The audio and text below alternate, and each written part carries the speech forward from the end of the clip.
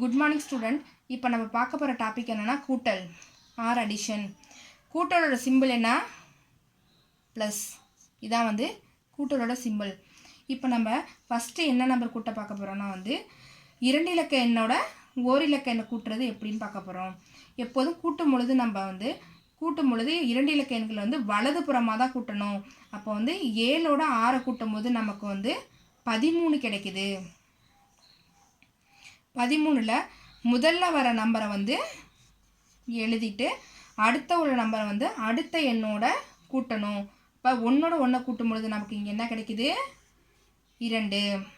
இப்போ 17ஓட 6 கூட்டும் போது நமக்கு என்ன நம்பர் கிடைச்சிருக்கு? 23 கிடைச்சிருக்கு.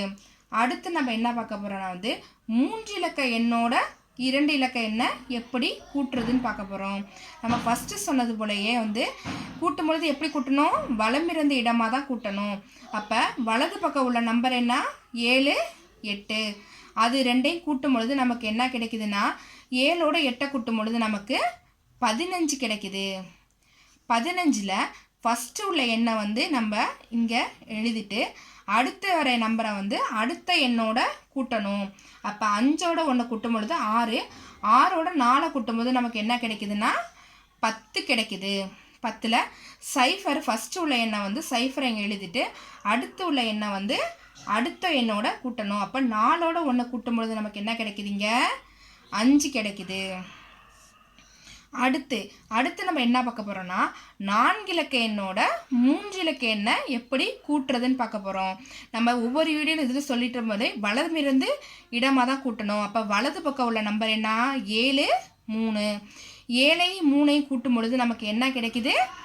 10 கிடைக்குது. 10ல் ஃபஸ்ட்டு உள்ள நம்பர் என்ன? 0.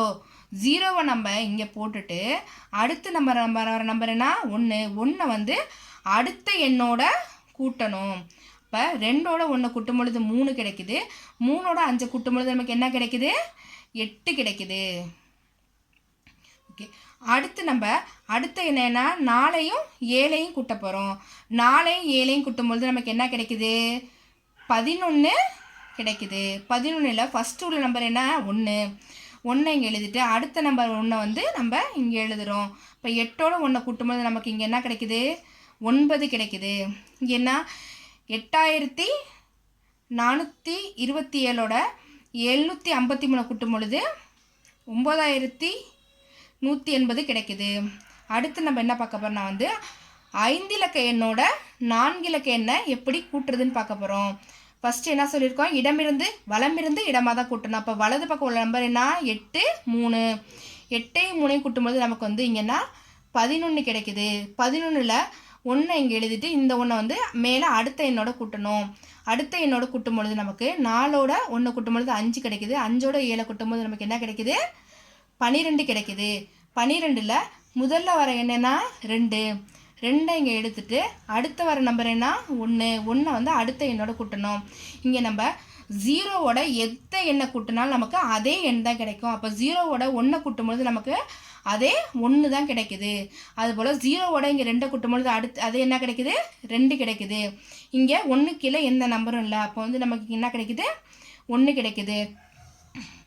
இப்போ நம்ம 2 இலக்க எண்களை எப்படி கூட்டுறது, 3 இலக்க எண்களோட எப்படி கூட்டுறது, 4 இலக்க எண்களோட எப்படி கூட்டுறது, 5 இலக்க எண்களை எப்படி கூட்டுறதுன்னு பார்த்தோம். அடுத்த வீடியோவில் இன்னும் கொஞ்சம் விரிவாக பார்ப்போம். நன்றி.